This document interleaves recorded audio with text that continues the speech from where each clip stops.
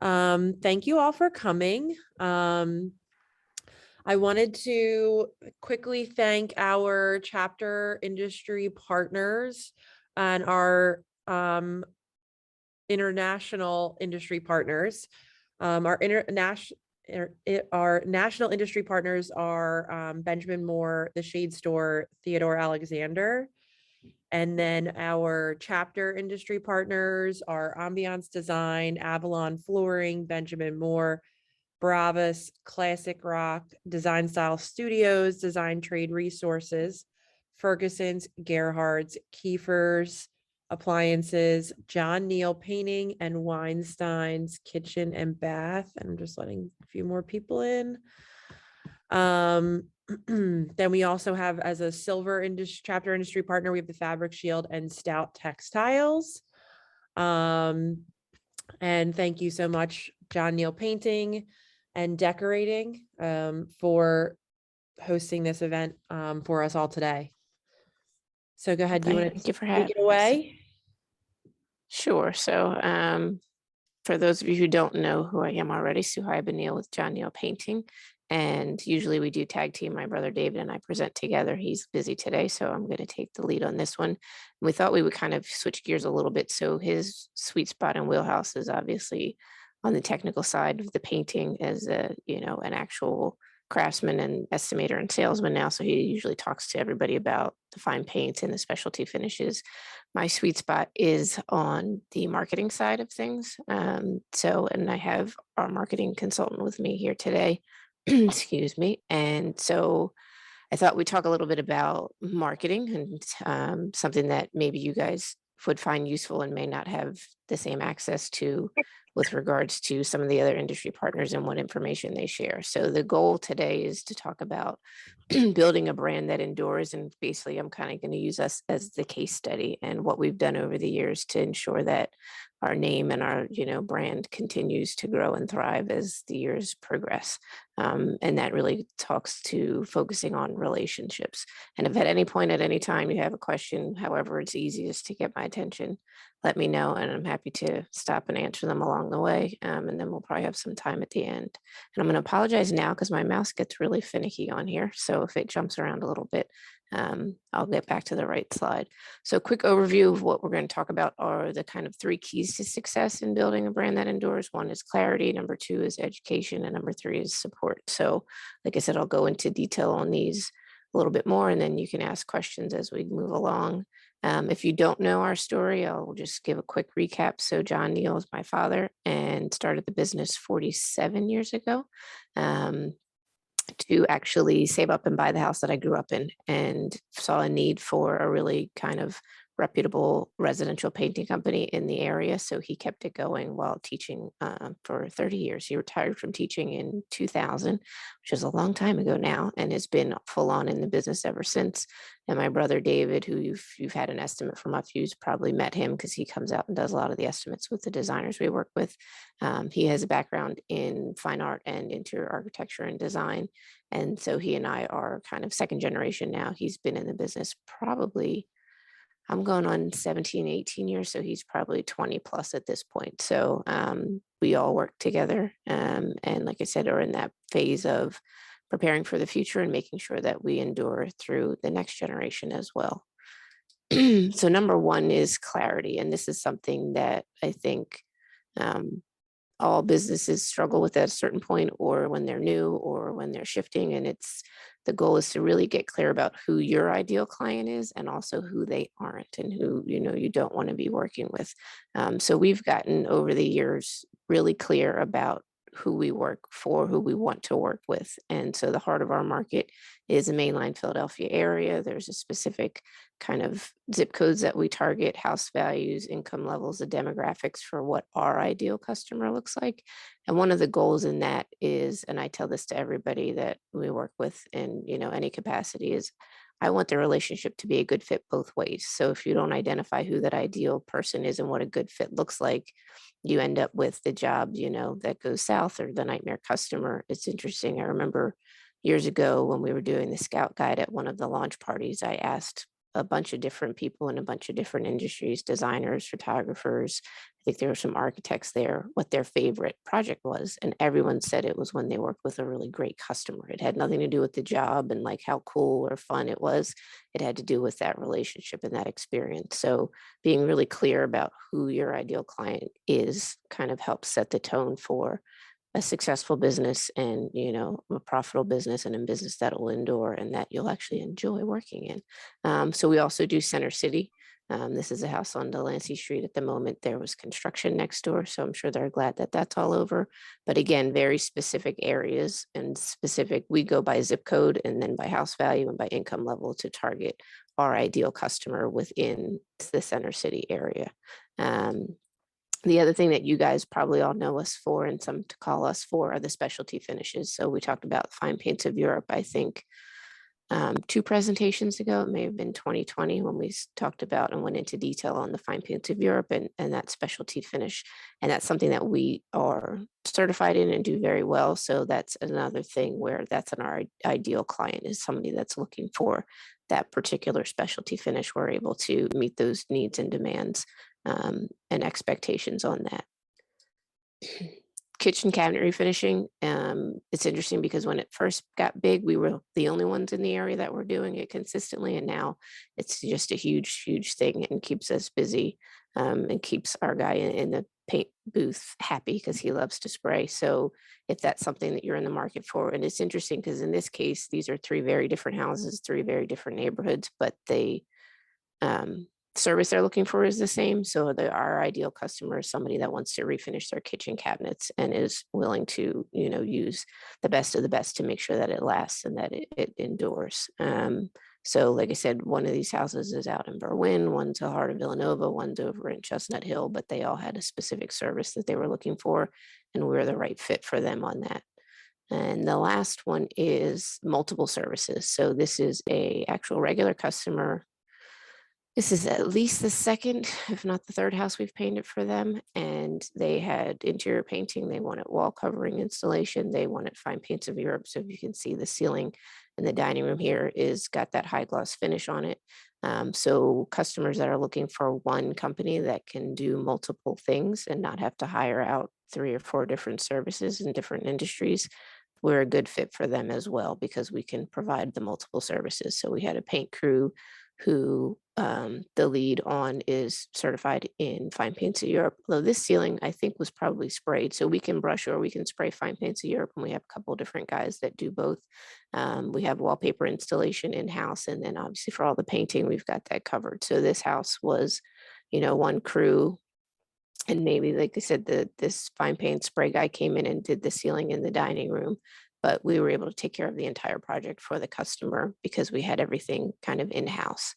And I think, like I said, the goal with this was to kind of hopefully be helpful in a different light for all of you designers out there and thinking about your brand and your business and what you're looking to build, but getting really clear about who you really want to be working for, I think is the first step in getting to the point where you're doing the work that you really want to be doing and the work that you love to be doing. It's funny because I tease, we don't do it anymore, but for a long time, every winter we would take on some big job to kind of help us get through the winter, and we knew ahead of time it was going to be a little bit of a finicky customer, and it never ended up being a good thing in the end. So I think being more selective with who you work with definitely makes a difference. I think for you guys, especially in your world of really creating spaces for people where they live and they work, having a relationship and it being a good fit is really critical to the overall success of the project, I'm sure. And also, like I said, your, peace of mind and your sanity and your enjoyment as you go through,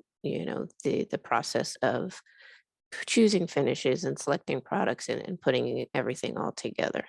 So that's clarity, which was the starting point, and something we still do, like I said, today. And my next slide is kind of who's your current ideal client, and it's something we're looking into at the moment as well, and who's your next ideal client going to be. So Dale and I tease all the time, if you stop marketing and because you're busy. By the time you're, ready to have more work in the pipeline, it's too late. So you should really always be marketing yourself to some degree. When you're super busy, obviously cut back a little bit, but there should always be some kind of something going out in one way or another to stay in touch with your ideal client, and also to be thinking about who your next ideal client's going to be.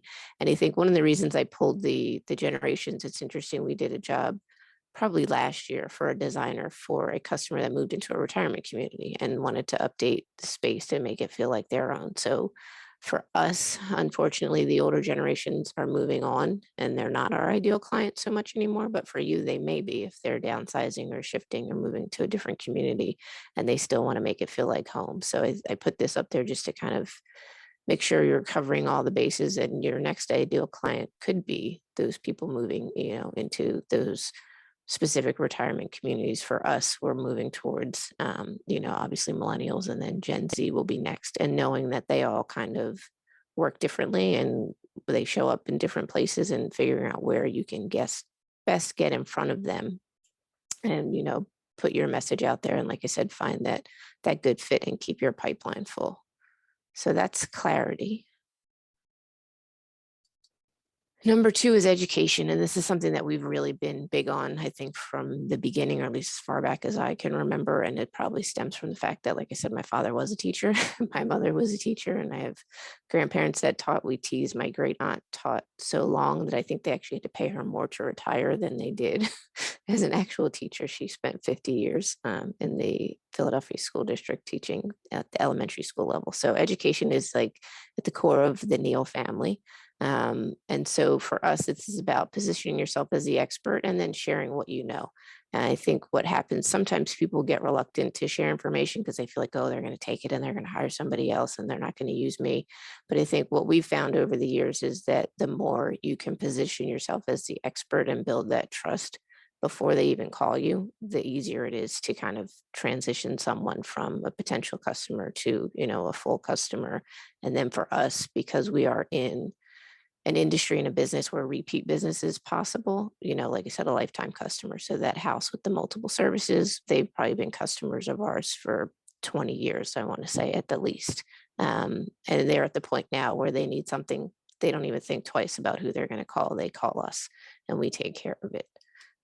So the first part, the easiest thing is to make sure you have a website. Just keep it clean and simple. It doesn't necessarily need to be fancy and all kinds of bells and whistles, but again, this is about projecting to your audience what you do and kind of how you do it, and getting that ideal client's eye and attention, and then making sure, like I said, that it's going to be a good fit both ways for everyone. It's also an opportunity to tell your story. And I think it's interesting. I do some consulting now as well. And people like to know why, so like the story of my father, being a teacher and wanting to buy the house that we grew up in and working over the summer because he was off to save some money, that's his why. He saw the need and he decided to keep it going. So use the opportunity. I think if you even only have, 3 or 4 pages, you have your main page, definitely make sure you have an about page and just tell a little bit of your story. It doesn't have to be the novel. But people really, I think, they want to know what you do, but they also want to know why you do it. And that helps with, like you said, that relationship building and that connection, and fostering, a business and a brand that endures is really finding a way to connect person to person. And then I also encourage you to answer the question you get asked the most. So, and you'll have to forgive me because I can't see everything on my slide because I have you guys going across the top, but what's a typical paint job look like? Well, how long is it going to take? What's it going to cost? The questions we get asked the most, we do our best to answer them on the website right then and there, so people don't have to ask when they call and they can have kind of access to that information.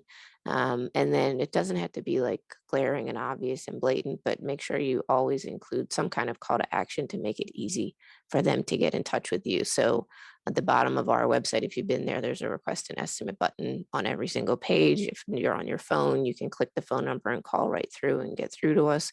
Whatever way you want people to reach out to you, make it easy for them to do that, and to start that kind of conversation.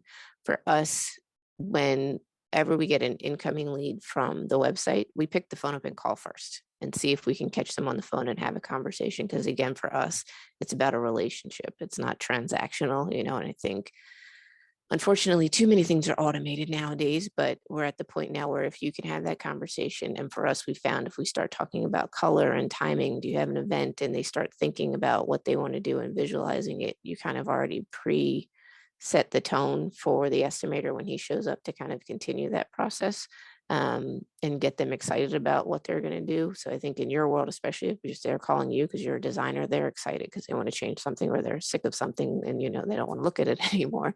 So having that conversation and getting them to kind of start visualizing what they do want and what their goals are, I think it makes it even that much easier to quote unquote kind of sell them eventually, as opposed to going back and forth online via email where it just feels a little bit less personal. So every opportunity we get to have a phone conversation or an in-person conversation, we take it, as opposed to there's some people that, the high Ds, they don't have time, they don't want to deal, they just set my appointment up, come take a look, give me my quote.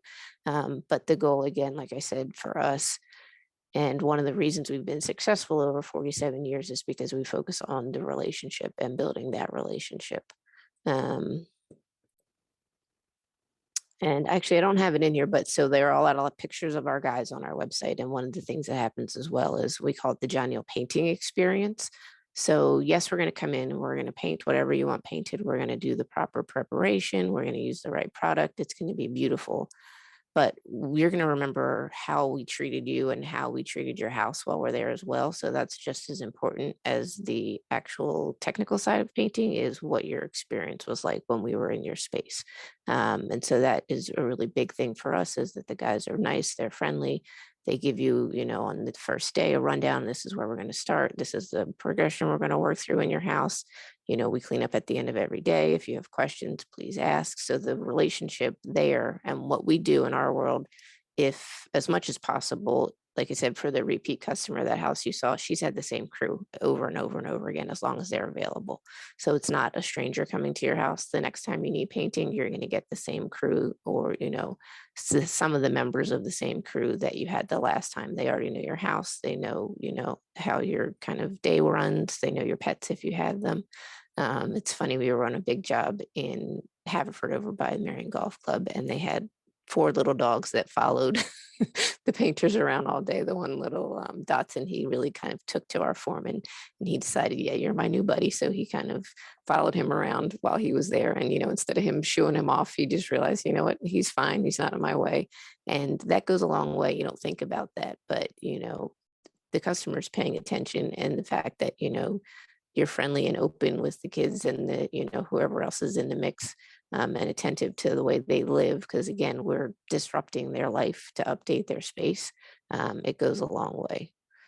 Something else we do, and again, it depends probably on how big a business you're looking to build and kind of what your audience looks like and how many people you have in your database at the moment. If you have like a past customer list or an ideal client list or target audience that you're going after, we do a newsletter once a month, and it's informative and educational. It's not a sales pitch. Obviously, there is a call to action at the bottom, and it has, again, our website address where you can click through and schedule your estimate. It has our phone number if you want to give us a call, but it's not about, sell, sell, sell. It's really about, again, education. So during each month, whatever makes sense for the next month, whatever they need to be doing and thinking about for the next month, that's what we're going to talk about. So we know in our world what our turnaround time is. It used to be 6 to 8 weeks.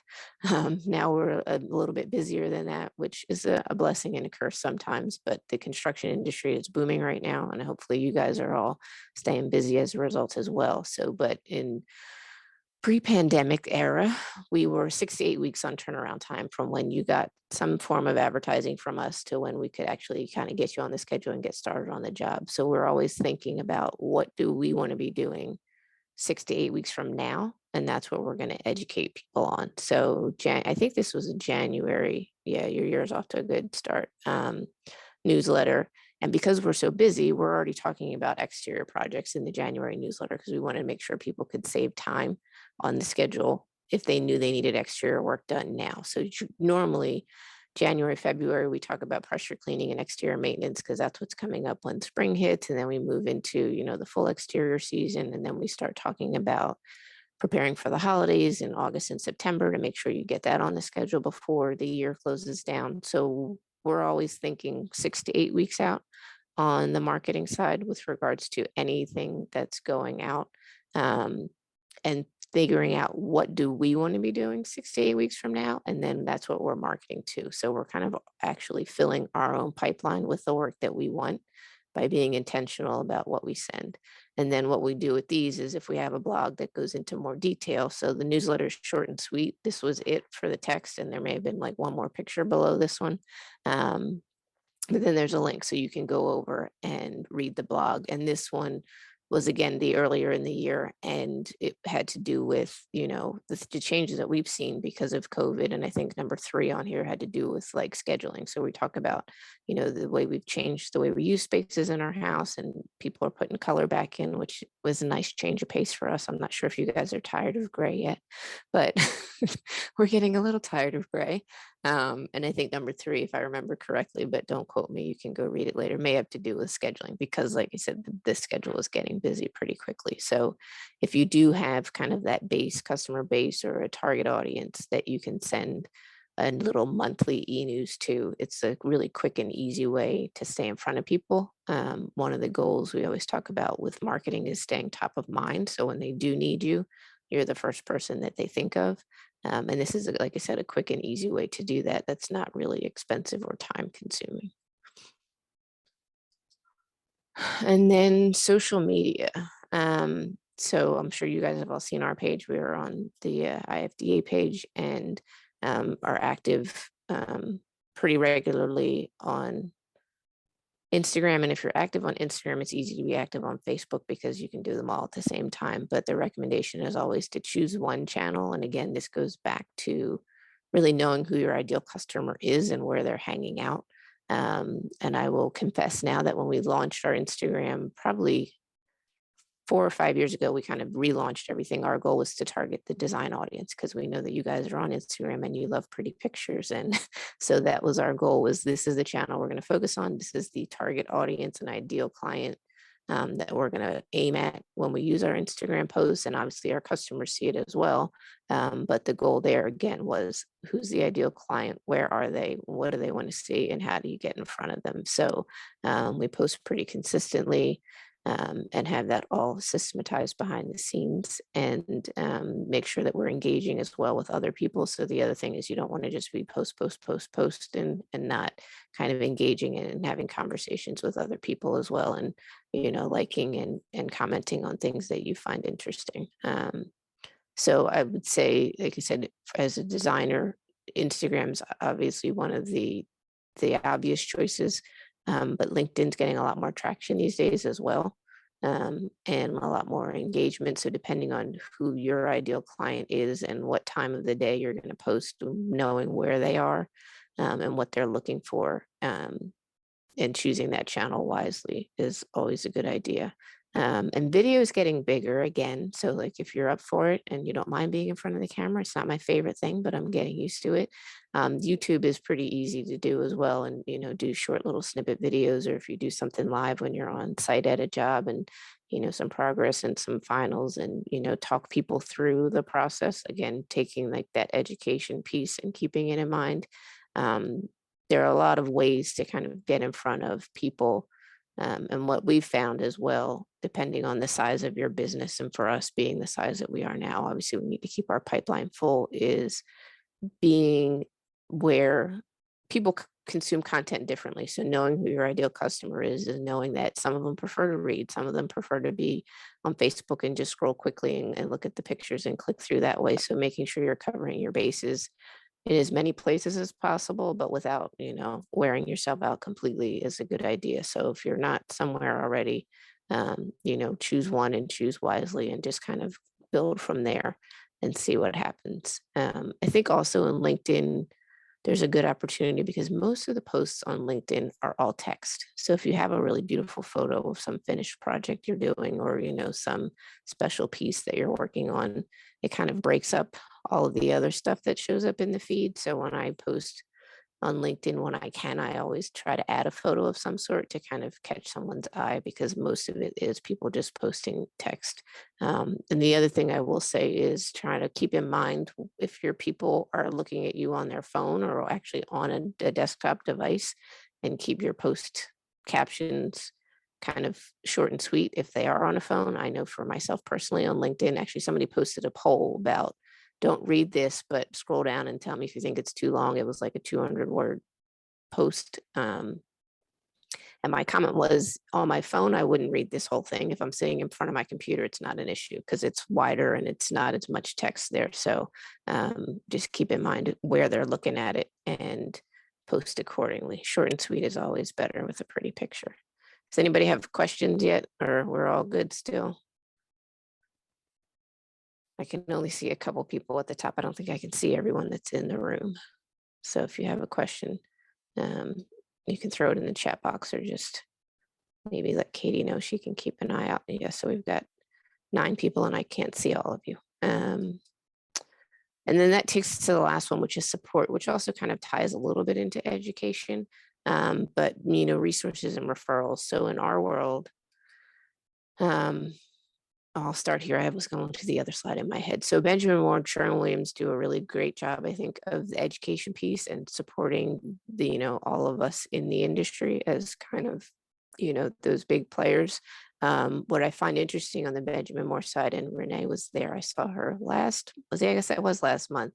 So with Benjamin Moore and the Color of the Year, I've been to, I think, 3 presentations this year so far already, and all of them have been about the colors of the year, but the actual topic of discussion was different. So the last one, they talked about how you can't just say, I want to use Benjamin Moore paint. You have to know which paint you want to use, and went through the details of making sure you're specifying the right product for the right surface, not just use Benjamin Moore, please, because otherwise you don't necessarily get the results you're after. And I always tell people, I'm like, I don't care who you use to paint whatever you're painting. If you're painting a bathroom, go buy the Benjamin Moore Bath and Spa paint, because it'll hold up way better than anything else that you put in that space, because it was specifically formulated for kind of those high humidity areas. But I think Benjamin Moore, Sharon Williams, I threw the Pantone Color in the Year because that was where it kind of all started. I think they're not as big in our industry anymore, although you guys may be able to speak to that a little bit more. I should say in the painting world, I remember when we first started doing the color trends and reporting on them, Pantone was the only one that had a Color of the Year, and then it got to be a big thing. So now Benjamin Moore and Sharon Williams have their palettes, but they're a great, I think, resource for all of us. And it's interesting because I've been in the industry, like I said, 17 years. And every time I sit in on one of Linda's talks, I learn something new that I didn't know about paint, or, something interesting about, what happens to get to that final product and that finished coat. And so there are great resources for all of us to kind of stay in the loop. And the technology is always changing with regards to these products as well. So being in the loop on what's new and what may make more sense moving forward based on the changes in technology. I remember when I moved into not this house, the house before this one, I wanted a red dining room, and my brother was not happy. David was my estimator. And he's like, come on, pick any other color but red. And I'm like, no, I want red, not like red. It was called crimson. It's a pretty Benjamin Moore color.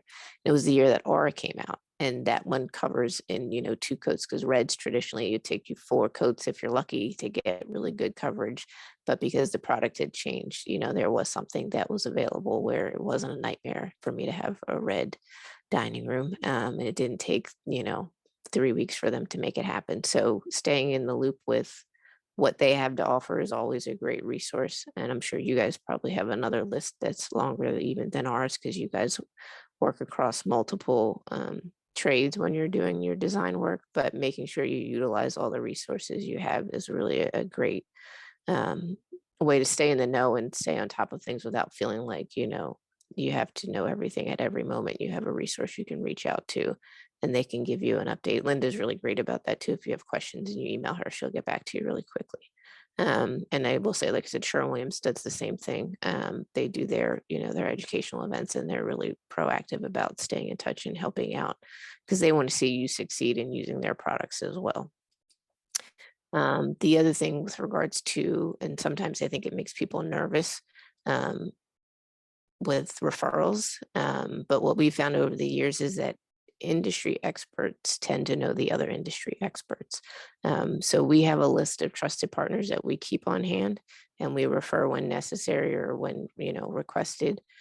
Sometimes we do work where we'll, coordinate all of it. So when we talked about those multiple services and how we can do the paint and the wallpaper and the specialty finishes, we can also coordinate, electrical and plumbing and tile if necessary, if a customer is interested in that. If not, we know who the best electrician and plumber and tile in the area is that we recommend. And again, it's based on the service, and it's also based on the customer service and the experience. So you could have a great, I'm not going to just a random, if you have a great tile guy, but he's grumpy, that may not be the best person to refer because you're not, building another strong relationship. And for us, when we refer another industry partner, we want them to have that same experience that they have with us and that same kind of level.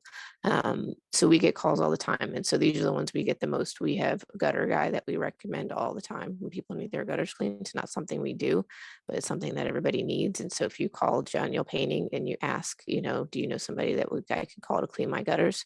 We have a name and number, we give it to you, and we're happy, for you to go off and get that taken care of without us kind of needing to be in the mix on it. We have a window washer we recommend. So when you pressure clean your house, you usually need to have your windows washed afterwards. So we have, I think, 2 actually that we refer. And then roofing, it's funny because everybody says that that's like the toughest one, but we do have, a roofer that we can recommend and confidently. And feel good about that they're going to treat you very similar to the way we treat you, that their motto and their makeup and the way they run their business is, again, customer focused, customer centric, and about kind of building those relationships. And so I think if there is a way to build that list, and become a resource potentially for, some current clients, if it's not something specifically that you need to do, but you can tell them who to go to and know that they're going to be well taken care of, that goes a long way for building your brand and kind of having people remember that you were helpful and that you were thoughtful and guided them in the right direction. And then when they do need a service you offer, they come back to you for that as well. And like I said, in the education side of it, sharing it with potential clients, I always had the mentality that, paying it forward is never a bad thing. It'll always come back around at some point. And my favorite thing to be is helpful. So if I have information that you might, find helpful and there's a way I can share it with you, I'm going to share it with you. So just kind of becoming that resource and sharing, like I said, that industry knowledge that you have that others may not have. We tease that you forget that people don't paint their houses every day. So a really good exterior paint job should last you 7 to 10 years. So we're looking at exterior paint jobs every day and we're living in that space every day because that's what we do. But for someone that's, been in their house and, maybe they moved in last year and they finally take a walk around, they have no idea, what it takes to really properly paint the exterior of your house or what other things they should be looking for as they're, looking to maintain the exterior or update the interior. And because we're in and out of houses all day, every day, we can share the information that we know as kind of, like I said, the industry expert and having these resources to make it easier for them to maintain their home. And that is where I think you kind of solidify that relationship that, oh, this isn't just another contractor coming in to, paint my house and, walk away. We're going to be as helpful as we can through the process. If you need something when we're done, you pick up the phone and you give us a call and we're going to be helpful then as well. So it's really, like I said, about the relationship. And one of our mottos with our guys and our core value is win the customer. So we want customers for life. We want you to call us again. We want you to recommend or request that same crew back. And be happy to see them coming. And so, being as helpful as possible throughout the process is one of the ways we do that.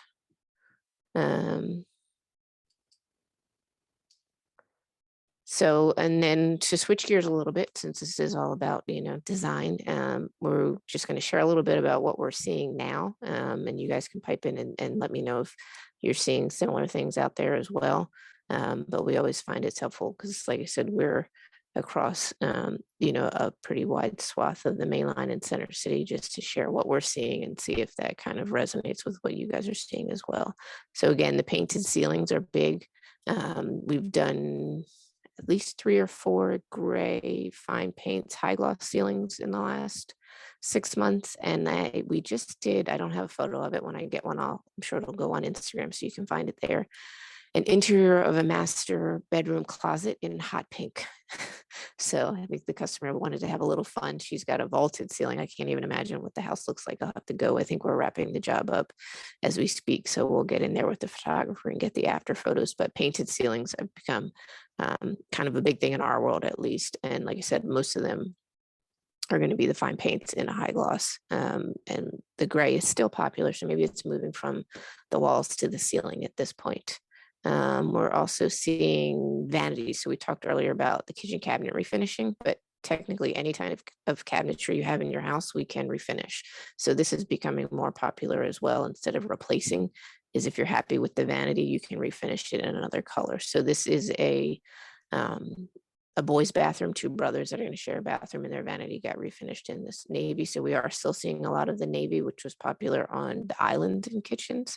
I'm not sure if you guys are still seeing that or not. And then this is a master bathroom in a house. They're doing an entire renovation of the interior. So a really old house here in Gladwin. And they went with kind of, let's say it's like a lightish kind of sagey green, but all of the cabinetry in the bathroom was refinished instead of replacing it. So we always say kitchen cabinet refinishing, but technically any cabinet in your house can be refinished. Like I said, if you're happy with the kind of look and the structure is sound and solid, we can pick.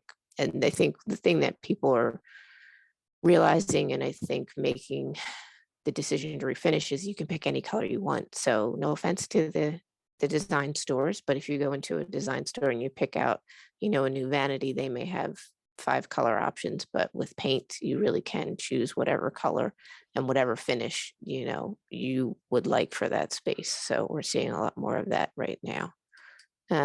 Wallpaper is still making a big comeback, and I think that I tease and call it the new grass cloth, the modern version of grass cloth. So this is another bathroom in another house that's being redone, where they've got this kind of, again, it's gray, but we'll take it, a gray kind of modern version of grass cloth in the bathrooms. But we are doing a lot more wallpaper installation. We're finding that people are using, and I think I used the photos in the last presentation, which is why I didn't put them back in here, in smaller spaces. They're using more fun and kind of bold prints.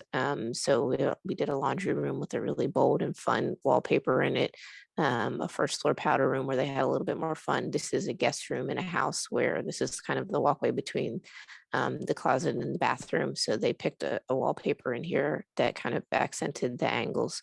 So we are still seeing wallpaper is a big thing now, not so much faux finishing anymore. But like I said, the wallpaper and these kind of modern versions of the grass cloth are becoming popular again. And then soft blues. So these are 2 different houses. And again, this is that same room where the wallpaper goes through. This is the guest room.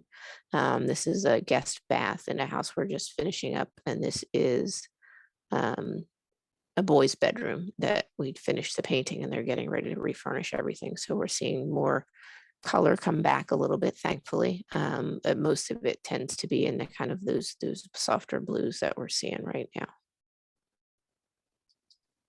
And that's it for me.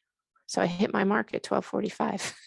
That was the goal, was to go for about 45 minutes and then leave some time for questions. And we're going to do a lunch raffle for those that are here. So anybody have any questions or thoughts or things that they're seeing as well that they'd like to share?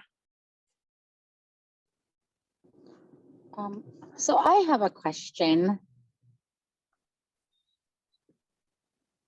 Okay, so I am not, I heard you talking a lot about like social media and all of that. How would you suggest I mean, I know you kind of touched bases on it, but I'm not part of social media at all. Like, Okay.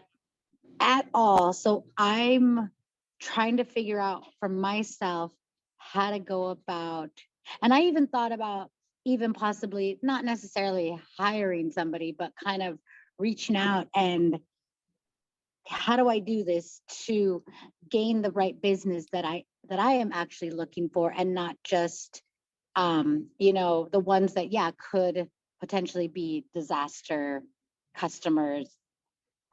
I don't know. Yeah, so I think one of the things, and it kind of the reason I think all three of the things, the clarity and the education and support, kind of all tie together. But I think the starting point is really knowing what kind of business you want to have, how big you want to Mhm. be. So like we tease all the time too, in our world, in the residential painting market, we're on the bigger side, but we're also have stayed the same size for a while because we found our sweet spot. So I think Right. a lot of it has to do with, you know, are you looking to grow? How much more of, you know, expansion do you have room for? And then I'd say you have the website to support whatever social media channel you choose. And like I said, I always recommend one. And a lot of it is really about branding. So you're Yeah. not necessarily going to get leads right away from social media, but you're going to get more eyes on your, you know, on your content or your design work, if that's something that you're looking to kind of grow your brand. There is I know, and so my specialty, so I'm a big fan of advertising and marketing and have that creative side, but I'm also a systems person. So Mhm. everything in my world is systematized. And there's I guess it's an app, and they're all apps now, a website. There's something called later.com where you can actually, if it's too cumbersome to think about, oh, I have to post every day in the moment, you can actually go in and schedule out your posts and have them pre-done. So like if you have a job that you finish and you're able to get in and take photos and you've got, you know, a good queue of stuff, you can actually go in and set it up so that, you know, Monday, Wednesday, Friday at these times, it's automatically going to post. So and with the help of Dale, we've outsourced our social media at this point. But when I do it for myself on the consulting side, I'll sit down and plan out my week and do it all at once. And then I don't have to think about it anymore. But then you are going to want to go on and make sure, you know, you're checking and you're engaged and you're, you know, seeing if somebody commented or liked and, you know, kind of having that conversation. Right. But I think it can feel overwhelming to have, and that's why I said like focus on one channel. So our real one channel right now for John Neill Painting is Instagram. But when you post on Instagram directly, you can automatically say, put this on Facebook as well with one click, like Oh. literally. So we post on Facebook as well because it doesn't really take you any extra time. But we really are just focusing on that one channel and engagement there and kind of building our audience and expanding. Like I said, for us, our goal was to target you guys. I'm letting the cat out of the bag. You know, we want more designers to see our work so that they know that we can do these things. Like I said, with a lot of you come to us for the specialty finishes because we're, you know, the only ones in the area that do it to the degree. Actually, we had a call I took last week from a guy in Canada who was trying to use fine paints in Europe and he was having trouble with it. He's like, oh, and I found you through the Fine Paints Instagram page and Oh, figured I'd call wow. and see if I could catch a painter on the phone. And I said, no, unfortunately, I'm not a painter, you know, and I gave him a couple of tips. And I said, if you call back between, you know, like 7 and 2, then if you catch one of our estimators, they'll be happy to have a conversation with you. They know how to do, you know, the application. He was having some actual application issue. So I think the social media choice is really about branding and getting your name out there and having people see you and being engaged kind of in like the community. But again, it can feel overwhelming to do on a regular basis. But whatever you choose, and that's why I said I kind of covered, because of the size of our business and how many leads we need, we kind of have a little bit of something happening everywhere. We still do direct mail. Like I said, we do the newsletter, we do social media, we do some ads and prints in some niche areas. So, and like I said, we have Dale as our marketing consultant to help me keep on top of it and coordinate it all. When you're doing it on your own, I would say get really, really clear about who your ideal customer is and where they're hanging out online, and then just be intentional in that one That's a good space idea to do that. because, you know, it can be a lot. That's for sure. Okay, thank you. All right, we got a chat question. Dale said, consider taking a course. Yeah, so there's a lot of learning opportunities, I think. I tease my younger brother told my daughter that she didn't need to finish high school. She could go on YouTube and learn the rest of what she needed to know. And I said, yeah, that's not going to work. But there are a lot of opportunities. And again, that's one of the reasons we decided to shift this talk and kind of focus on something that's kind of in my wheelhouse and my sweet spot that you guys may not have the same access to from the industry partners, because we're usually talking about the technical side of our businesses. So hopefully you found that helpful. I also want to add for Beth, just so there's like so many algorithms when it comes to Instagram, and I've been on a lot of online talks about it. Apparently, if you post something, you want to basically make sure you're around for the first 30 minutes of your post, because Instagram will pop your post to the top of everybody's feed the make likes, comments, and saves you get in the first 30 minutes of you posting. So if that's helpful, whenever you post, just try to make sure you're around your phone to comment or on whoever comments or likes or anything like that. And it'll just keep your post going to the top of everybody's page. The other thing too to keep in mind, if you're not on a social media platform right now, whichever one you choose, it's going to take time to build your audience. So you kind of, like I said, continue to post consistently. Maybe it's just twice a week to keep it manageable, but also engage with as many people as you can that are doing things that are like in parallel industries or that, you know, appeal to you. So it's not a one-sided conversation. So it's just kind of, again, it's interesting that the technology can kind of be the blessing and the curse, but it gives you an opportunity to kind of start building those relationships, you know, kind of, it's still kind of organic, but with the technical, like, you know, the technology in the middle of it, but you are eventually, and we know we get, you know, DMs in Instagram when people have questions about what actual product that was, or what was the color name on that. I want to put that color in my house. So like, Katie was saying, you know, you want to make sure whatever you choose, you're going to be willing to stay engaged both ways once you kind of start that ball rolling. And I would say, as much as it is important to kind of know what's happening, you can never keep up with all of the changes that Google and Instagram and Facebook make. So just kind of my goal as well, actually, with everything I do, is to just be authentic and, you know, be yourself and do what you can do as often as you can do it. And, you know, it should hopefully all pan out from there. Any other questions?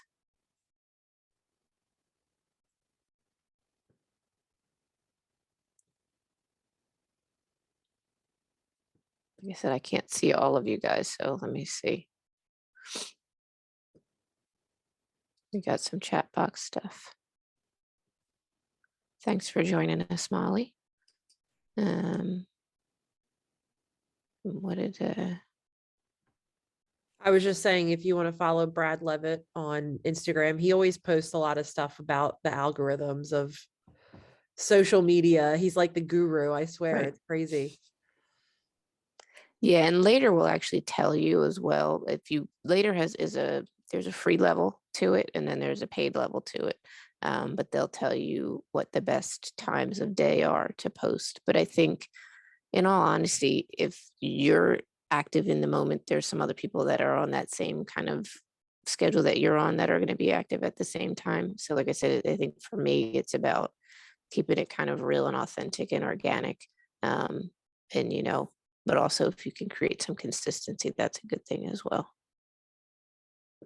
And so lunch. So we're going to make a donation to the St. Mary's Church right here in Ardmore, is our local community food bank, for everybody that came. So thank you for showing up for that. And we're going to raffle off a lunch, and I'm going to hand it to the first person that showed up this morning, outside of Katie, myself, and Dale, who are here kind of as the hosts in this one. So Ashley, if you're still there, congratulations for being first and winning the lunch raffle. I'll have to get in touch with you and figure out where you are and what you'd like, and we'll coordinate taking care of that for you and your team when you're ready.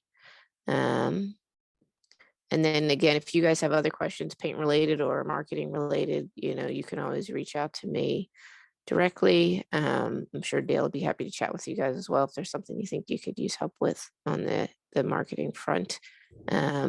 And again, with the technical questions, you know, if you send them my way and I don't know the answer, I'm learning that I know more than I give myself credit for about paint. But if I don't know the answer, then I can definitely tag my brother David in and have him get back to you with a more technical answer if there's something in particular that you're looking to do or a product you wanted to try or use. And like I said, for us, we're always happy to answer questions and be helpful and continue with that kind of education part of things as much as possible. So even if you don't use us, we want you to have a really great, you know, finished product, and we're happy to recommend what we would think would be best for the situation, which is the same thing we do with our customers. So in each specific instance, we're going to choose the best product for whatever it is in particular that you're looking to accomplish. So Awesome. well, thanks for thank you so having much. us again. Thanks for coming on and doing your presentation. It was great learning everything about that. And until the next time. And if everybody has Yes, not and seen, our next event is on, when is it? It's the Stout, I think it just went out, luncheon, tour and lunch. Hold on, I'm sorry, I was not prepared to say the exact I think it's date. April 20th was what I Thank you. saw. I was like, I am slacking right now. It's all good. It's on Instagram too. So if you're on Thank you. Instagram and you follow the IFDA Philly Instagram, there is a post that has, I saw it this morning, Yes. all of the upcoming events. So you can save the dates on your calendar. Yeah. And I look forward to seeing you guys in person at the next one. Hopefully we just didn't quite have, we don't have a space. So maybe our next event we'll have a little more time to plan ahead and we can do something in person. And Yeah, which is also, definitely. like I said, been really nice to get back together again. But yeah, we look forward to seeing you guys at the next event. And Awesome. And I'll send you Ashley's email if that's helpful, so you guys can coordinate lunch. coordinate. That would be perfect. Awesome. Thanks everybody for joining. Thanks.